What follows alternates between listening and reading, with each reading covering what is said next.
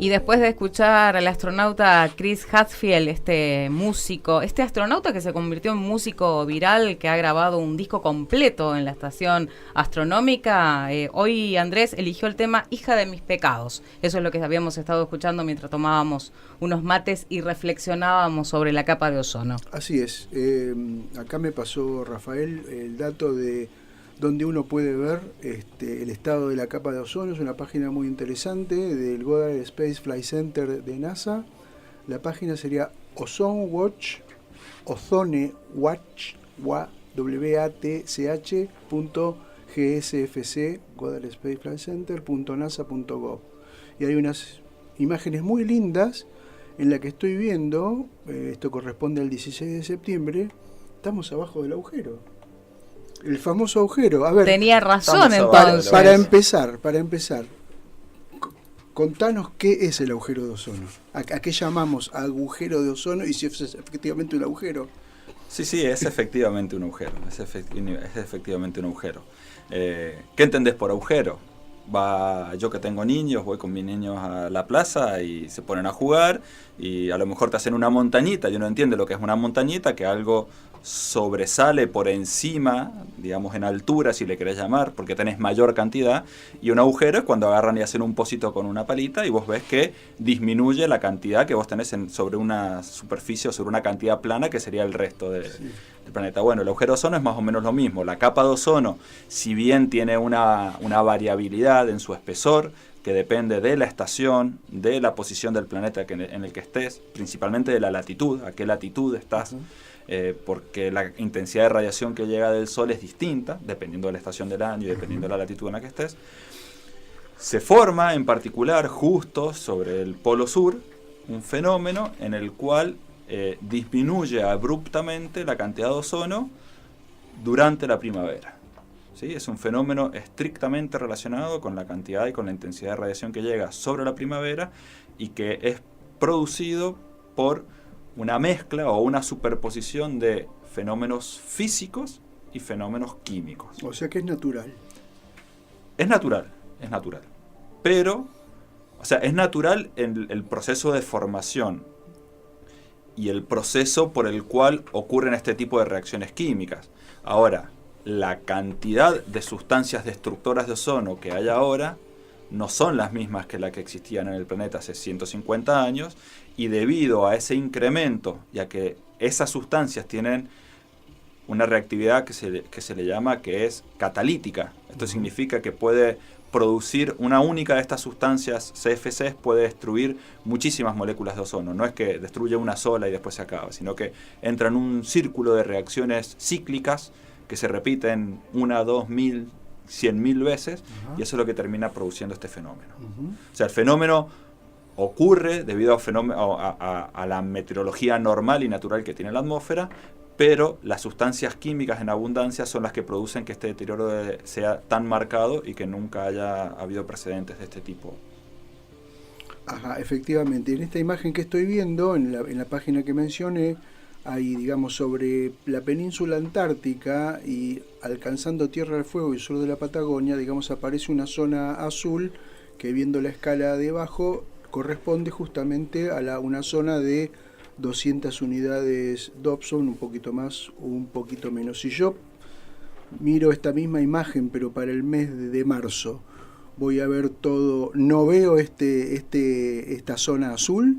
Para nada, la podés ver si te pones a buscar después con tiempo. Están desde el año, si no me equivoco, desde el 90 y pico en adelante, están todos los meses. Incluso podés tener hasta algunas animaciones para algunos meses en particular de todos los días, de cómo va cambiando.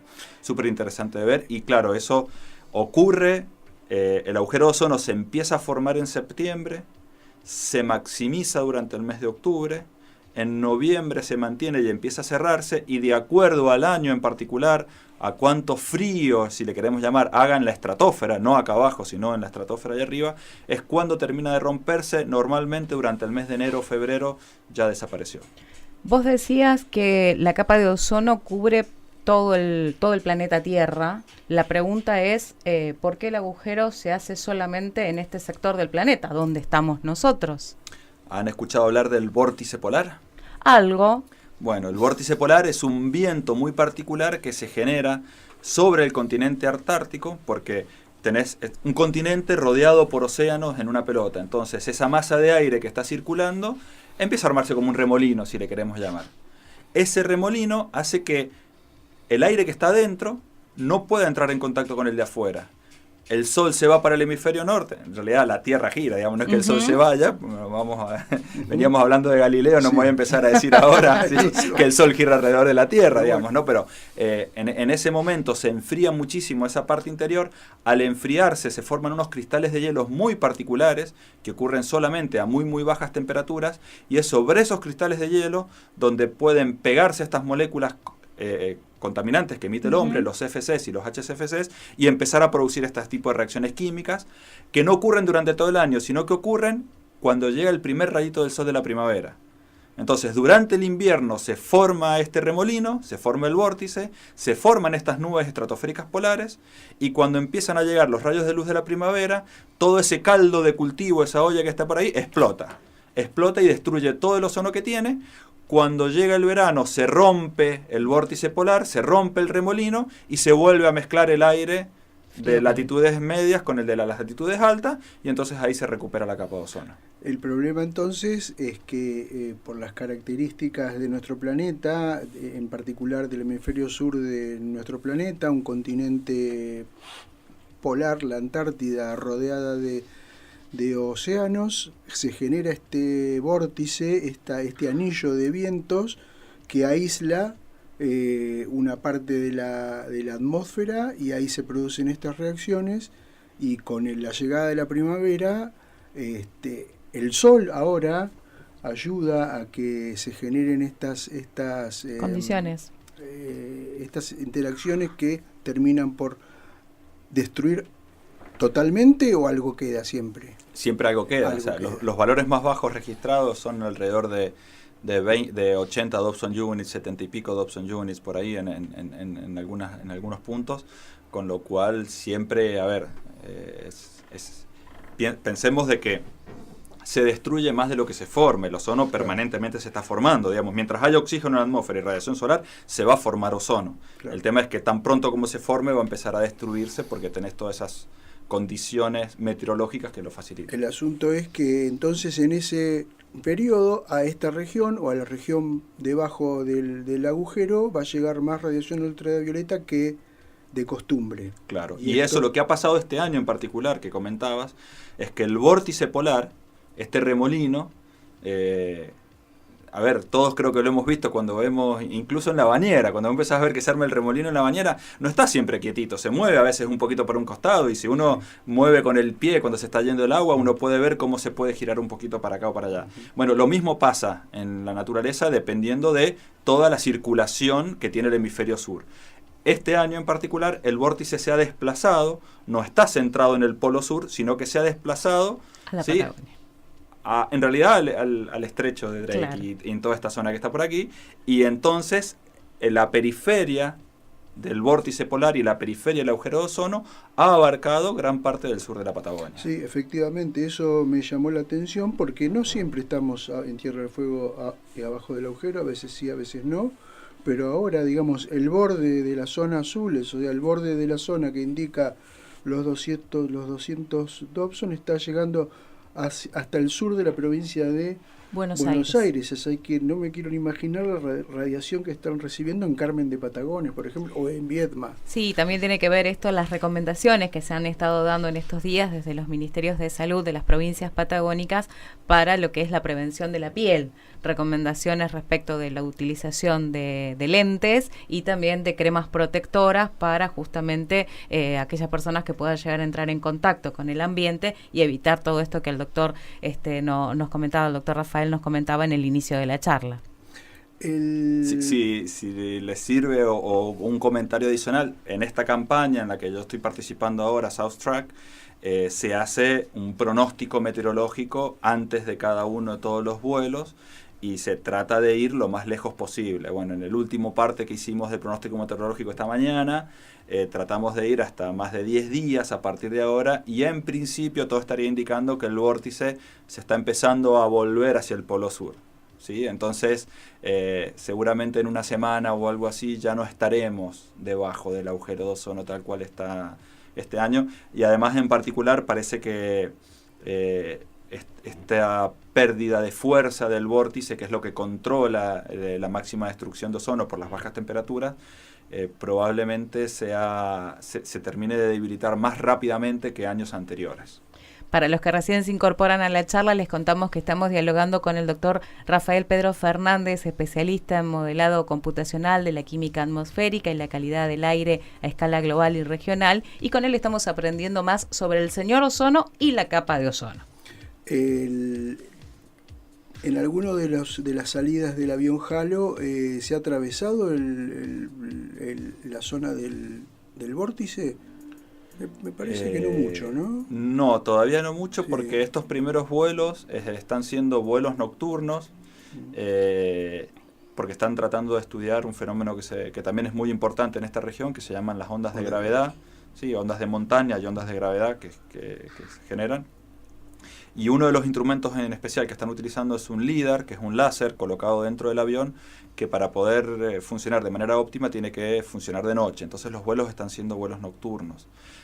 Lo más interesante para atravesar el vórtice polar e ir a medir, si bien el ozono se puede medir de día y de noche, las sustancias que destruyen al ozono solamente se pueden medir durante el día. Claro. ¿Sí? Los óxidos de halógenos, que son el óxido de cloro y el óxido de bromo principalmente, necesitamos sí o sí la radiación solar para poder medirlos, y se están esperando para realizar esos vuelos a partir de la semana que viene. La semana que viene. ¿Tu trabajo tiene que ver con esta dinámica de formación y destrucción del ozono? Sí, en realidad mi línea de investigación en particular se concentra en un tipo de sustancias. Las principales sustancias destructoras del ozono son los CFCs, los compuestos fluorocarbonados, que son los que están normalmente todos conocidos en los aerosoles, que se cambiaron. Ahora todos los aerosoles que tienen una etiqueta que dice no daña la capa de ozono, es porque se reemplazaron esas sustancias. ¿Qué es lo que tienen esos compuestos? Tienen átomos de cloro y átomos de bromo. ¿Qué es lo que pasa? Que tienen tiempos de vida. O sea, si uno tira un chorrito a la atmósfera, eso tarda 150 años en destruirse. Ajá. ¿Sí? Entonces se han reemplazado por otras sustancias que tardan 6 meses en destruirse. ¿Sí? Entonces tienen más o menos las mismas propiedades. Hay otro tipo de sustancias que se llaman Very Short-Lived Halogens, VSLs, que son naturales, los produce generalmente el fitoplancton marino y otro tipo de sustancias en el mar. Y esos, por supuesto, no pueden controlarse. No es una culpa de la actividad humana, sino que es una emisión natural. Yo estudio particularmente ese tipo de sustancias que también tienen átomos de cloro y de bromo, pero tienen tiempos de vida entre los... ¿Qué sería corto? Cortos son 6 meses. ¿Sí? Se le dice corto desde el punto de vista del transporte hasta la estratosfera. Claro. Llegan a la estratosfera. Llegan a la estratosfera, ¿sí? Más o menos se sabe de que... Obviamente entonces estos otros que antes estaban en casi todos los aerosoles y ahora no tanto, les sobra el tiempo para viven eso. En la estratosfera muchísimo tiempo. Claro. Viven en la estratosfera. En la estratosfera tienen tiempos de vida más cortos porque la radiación es más intensa, pero lo mismo viven muchísimo más tiempo. Entonces, básicamente... lo que a mí me gusta decir que es la química que yo hago es una química que afecta fuertemente la capa de ozono. Hemos publicado un artículo en el 2017 donde hemos sido uno de los primeros grupos en el que hemos trabajado en ver cómo estas sustancias afectan incluso al agujero de ozono. Y es más, donde el impacto más grande que tienen es específicamente en el agujero de ozono. ¿Lo afectan en el sentido que lo magnifican o en el sentido de que al contrario lo disminuyen? Lo magnifican. Lo magnifican. O sea, mientras mayor cantidad de halógenos vos tengas en la atmósfera, más marcado va a ser el proceso de destrucción. Entonces, estas sustancias naturales son una componente adicional a la cantidad de halógenos que ha emitido el hombre. Mencionaste entre los organismos que lo producen el fitoplancton. El fitoplancton principalmente, sí. ¿Cómo andamos? ¿Qué relación hay entre el fitoplancton y el cambio climático? Otro estás programa. haciendo una pregunta demasiado larga, digamos, ¿no? Y aparte no es específicamente mi área particular de No, porque investigación. alguna vez escuché que el cambio climático podía afectar, yo no me acuerdo si en qué medida, si favoreciendo o no la existencia o la vida del fitoplancton. A ver, el cambio climático va a modificar la temperatura media del planeta, por ende va a modificar la temperatura de los océanos. Al modificarse la temperatura de los océanos va a modificarse todo lo que pase allí. Todo lo que pasa allí, la vida en general.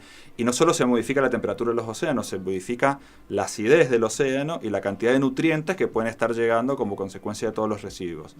Hay distintos modelos, predicciones que hablan específicamente, en particular ya no del fitoplancton, sino de lo que se le llama la net chemical production que tiene el océano, digamos, la capacidad de producción química que tienen todo este tipo de organismos. Sí. Hay algunos que dicen que puede crecer levemente hacia fines de siglo, otros que puede disminuir levemente, ¿sí? Lo que nosotros nos concentramos no es tanto en, por ahora, predecir cómo va a ser ese estudio, es más bien destinado hacia la biología y hacer un tipo de análisis, pero sí como una vez que se emite a la atmósfera, si va a ser transportado más rápidamente o más lentamente, ¿cómo llega? Y cómo va a llegar y toda la cuestión del transporte. Entonces, en ese sentido, el cambio climático, ¿cómo estaría jugando en este mecanismo que ustedes han... Acelerando todo. Acelerando todo. Va a haber procesos bastante más fuertes, pero... para los compuestos CFCs, para los compuestos que tienen tiempos de vida largos, hasta que no reaccionan químicamente, son sustancias no hidrosolubles.